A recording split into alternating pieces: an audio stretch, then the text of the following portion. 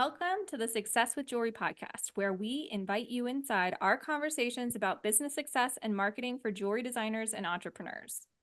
We're Laryssa and Liz, jewelry marketing experts with a combined 16 years of experience in jewelry marketing and proven track records in helping jewelry brands meet their goals. When you listen to or watch this podcast, you get an intimate and exclusive peek behind the curtain of all the things you wish you could know about earning success in this industry. Welcome to episode 106. Today, we will discuss the value of craftsmanship and how important it is to share your process. Stick around for the bonus content where we'll share examples of big brands focusing on sharing the behind the scenes. Hey, Laryssa, let's get into it. Let's get into it. I have been seeing so many brands sharing more of the process and like bigger brands that you wouldn't necessarily expect. And we'll get into that more in the bonus content. But I just thought this was such an important topic to kind of cover, especially going into this like very busy selling time, and showing the product sometimes just isn't enough. So showing more than just the product this time of year I think is important. I think that full transparency, because that's what we like to do here on this podcast, is like we wrote this outline today. Laryssa is just looking at it now. And because we are in it, even though we've been trying to plan for holiday and all of that, it always just kind of sneaks up on you, right? It always sneaks up because there's always things to tweak and still figure out, or like pictures to get, campaigns to plan. And so, yeah, it's kind of a busy time of year for us. Definitely. And like, even if it's not necessarily, I don't know what it is. And I feel like I've said this before. Every year, as little work as I have, like as little clients as I have, or as many clients as I have, or whatever it is, I just feel like this time of year, around this time, starts to like just like the wheel starts spinning faster and like things start to get crazy.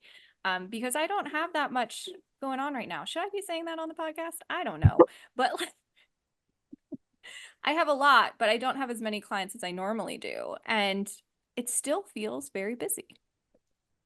Feels busy. I think there's just like a lot of pressure on this year because it's been a difficult one economy wise. It's also like, how do you be sensitive around all the different things and events that are also happening in the world, as well as the timing of the holidays this year? Like Thanksgiving is much later than usual and kind of compresses things up to like Christmas. And so there's just like all these puzzle pieces that we're trying to fit together. There's a lot of puzzle pieces. And it's going to be what I'm reading is that it's going to be a later shopping season. So it's like going to be for last minute shoppers. And then there's just yet a lot of anxiety in the air, I think, in general, with the election. And then also just the price of gold going up. It went up 40% this year.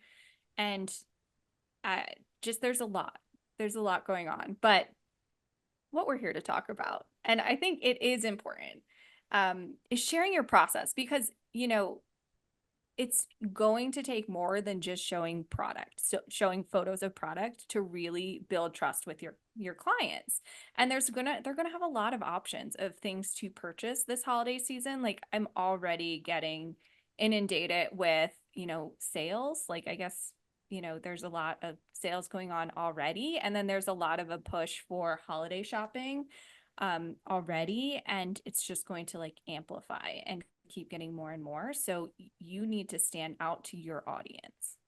Any way that you can stand out. I mean, Amazon's not going to do storytelling about their process. Target's not going to do storytelling about the process. So, how can you be different and offer something that a customer wouldn't really be able to get anywhere else? Right. And I think that sharing behind the scenes, showing the process, like really showing the way something's made, the way something's created, can really help somebody understand the value of it, but also trust you in what you're doing. I'm somebody who, like, before I purchase something, even if it's a sweater or a toy for my kid, I read reviews. I look at every single photo. I love user-generated content to help me understand.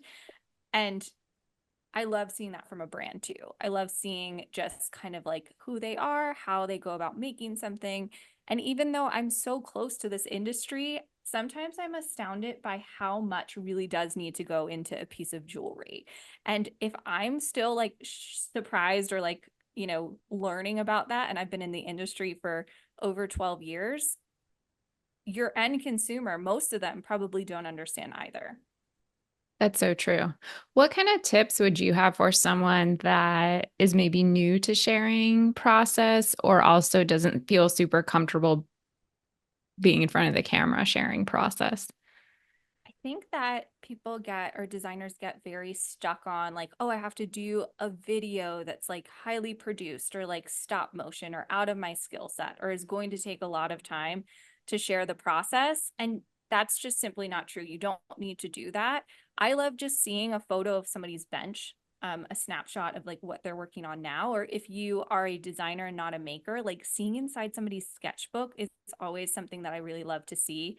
And then also, stones on the bench, choosing gemstones, your inspiration, a mood board that can help add context to what you're creating. You can give little glimpses without sharing everything, and you can still like show your process and build trust without showing your face. I think that also does take planning too. At least what I see with clients is like, we'll remind them to get like process pictures, but then they just forget and they do the whole thing and there's no documentation.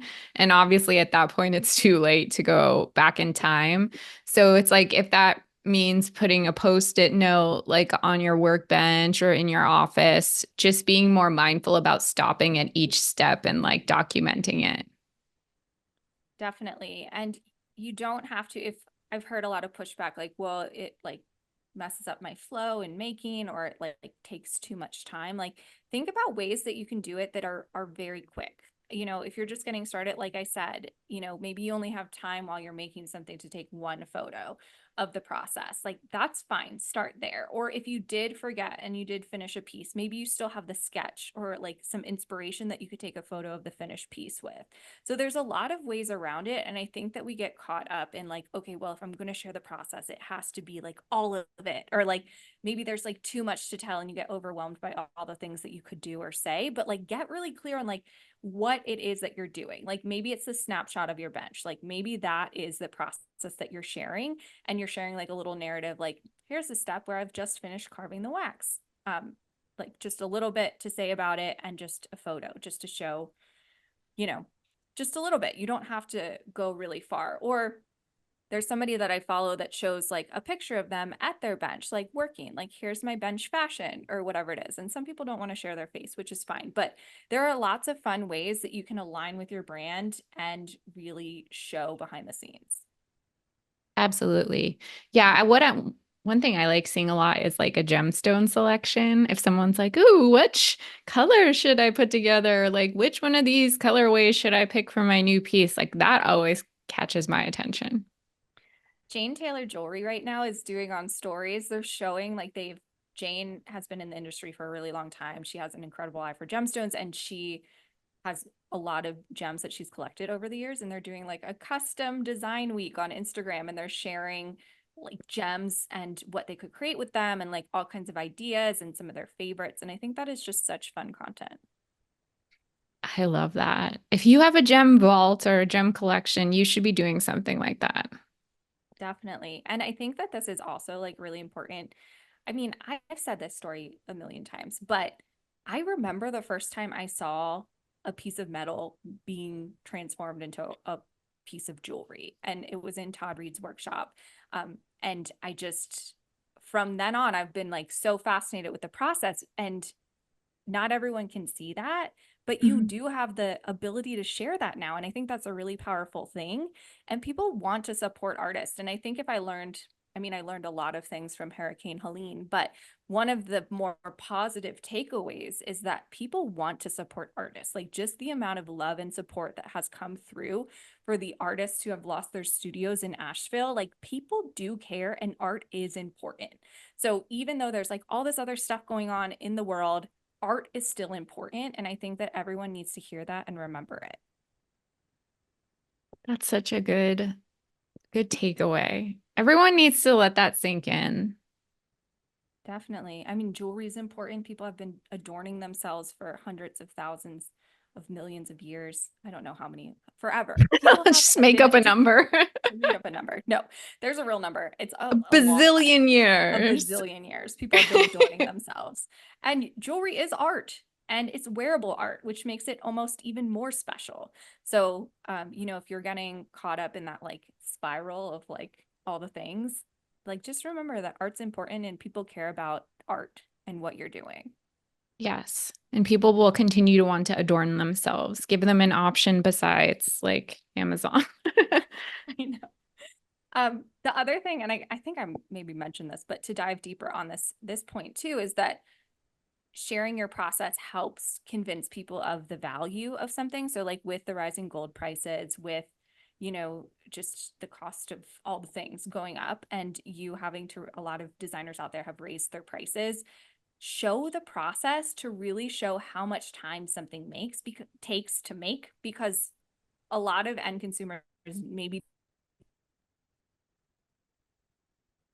convince people of the value. Like it's like, okay, well, this piece, you don't have to say how long it took you to make, but like when somebody sees like all the filing you're doing, like all of the different steps to the process, everything that goes into it, like your skills as a maker, as a designer, that can really encourage somebody to purchase and not question the price.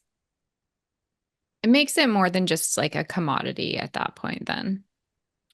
It also like kind of brings in the experience of it. So it's not just, oh, I'm buying a thing. It's like, oh, I'm buying this thing and I know this about the process. And, if somebody compliments it, like a client being excited to share that, that's an experience. Or, oh, I feel like I know this maker because, I know that their favorite gemstone is moonstone. And like this piece is a moonstone. And like if you look at it in this certain light, there's a rainbow or whatever it is. Like that is special to a sale that like Amazon can't offer.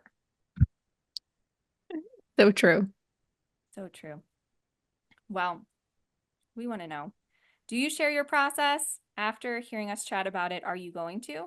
Let us know. Visit successwithjewelry.com. And if you love the podcast, we'd love to hear from you. Send us a message or write us a review.